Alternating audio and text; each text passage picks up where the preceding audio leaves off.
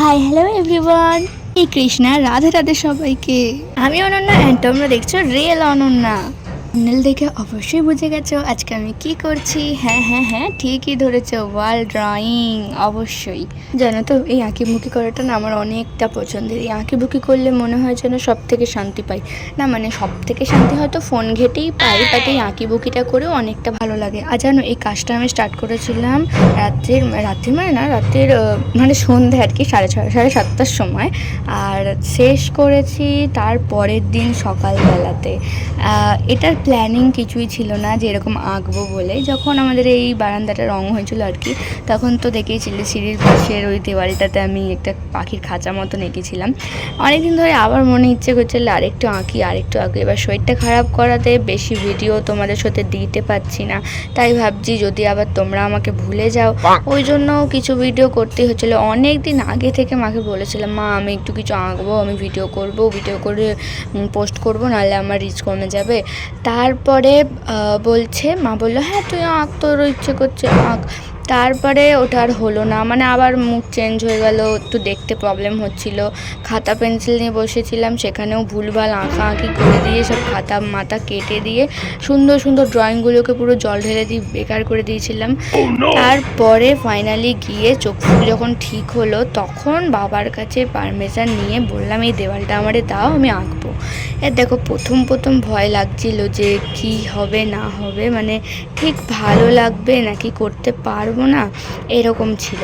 এবারে তার মধ্যে রাত্রে আবার রং শেষ হয়ে গেছিলো। যখন আমি বাবাকে বলিনি যে আমার রং শেষ হয়ে গেছে বা কিছু, মানে শেষ হয়ে যাবে, আমি কিন্তু জানতাম শেষ হয়ে যাবে।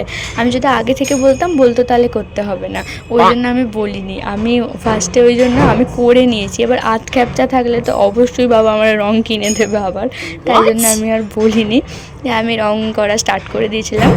ইয়েলো কালারটা পুরো আমার কাছে এক ডিব্বা আছে। আর এখানে বাবা এসে আমাকে দেখাচ্ছিল যে ওখানটা একটু ফাঁকা ফাঁকা। এবার দেখো আমাদের ঘরে মানে যে বেডরুমটা, ওখানটাতে তো ফুর্তি করা আছে। তো ওখানটা যখন এঁকেছিলাম না, মান্ডালা আর্টটা করেছিলাম বহুত বছর আগে, তখন বেশ প্লেন মতন ছিল। বাট এই বারান্দারটা তো আর ফুর্তি করা নেই, ওই জন্য এখানটা আঁকতে একটু প্রবলেম হয়। আর এখানে যত কটা তুমি রং মানে দেখতে পাচ্ছ রং আর কি, এখানে হচ্ছে ইয়েলো কালারটা, আমাদের ঘরে যে ইয়েলো কালারটা করা আছে ওই কালারটা বেঁচে গেছিলো, ওই কালারটা আমি রেখে দিয়েছিলাম।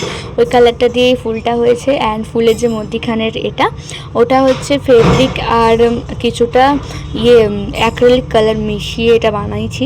আর হলো নিচে যে পাতাগুলো যে করেছিলাম, ওই পাতাগুলো হচ্ছে আর দরজা জানলা রং করার যে রঙগুলো ছিল। আর তারপরে নিচের যে ঘাসগুলো ওগুলো ফেব্রিক দিয়ে। অ্যান্ড এইটা হচ্ছে কিছুটা yellow and red fabric mixed করে এই অরেঞ্জ কালারের শেডটা নিয়ে এসেছিলাম। তো বাবা ফার্স্টে বললাম যে ভেতরটাগুলো একটু কভার করব অর্ধেক করে। দেন বাবা বললো যে না, কভার করতে হবে না, সিম্পলের মধ্যে এরকমই থাকুক। এবার বাবার কথা তো আমাদের শুনতেই হবে, কারণ আমি যদি না শুনি পরবর্তীকালে আমাকে করতে হবে। যাই হোক, প্রজাপতিগুলো কিন্তু আমার দারুণ লেগেছে। অ্যান্ড আমার জান আমারে বলেছে যে ওই পিঙ্ক কালারের প্রজাপতিটা ওর সব থেকে পছন্দ হয়েছে, আর ওটাকে তুলে নিয়েও ঘরে যাবে বলেছে। যাকে তোমাদের কিন্তু কেমন লাগলো এই ভিডিওটা অ্যান্ড এই আঁকাটা অবশ্যই তোমরা জানিও। একটা ড্রয়িং করার আমার ইচ্ছে আছে, বাট ওটা সিঁড়ির ওপরে, বাট ওখানে আমার মানে ঠিক আমি কমফোর্টেবল হয়ে আঁকতে পারবো না, তাই আমি এখনও পর্যন্ত এগাচ্ছি না। বাট যদি করি তো তোমাদের সঙ্গে তো অবশ্যই শেয়ার করবো। যত সামনেই চলে এলো, তোমাদের কতজনের নতুন নতুন জামা কেনা হয়েছে অবশ্যই সেটা জানিও। কিন্তু এখনও পুজোর শপিং করা হয়নি, বিকজ এই সবার শরীর খারাপ এই সেই নিয়ে আর পুজোর শপিং হয়নি। বাট আমি অবশ্যই পুজো শপিং করতে যাব। অ্যান্ড অবশ্যই আমার দুটো নতুন জামা কেনা আছে, ওই জামাগুলো তো আছেই, তাই না? থেকে একটা কথা বলবো, আমার অনেক অনেক অনেক তোমাদেরকে ধন্যবাদ। আমি হালকা বেশ খুশি রয়েছি, কারণ ইউটিউবে এর আগে আমার না আরও দুটো অ্যাকাউন্ট ছিল, বাট সেই অ্যাকাউন্টের থেকে এই অ্যাকাউন্টটা বেশ ভালো রিচ যাচ্ছে, তোমরা বেশ ভালোবাসা দিচ্ছ এই অ্যাকাউন্টটাকে। তো এটার জন্য আমি অনেকটা খুশি।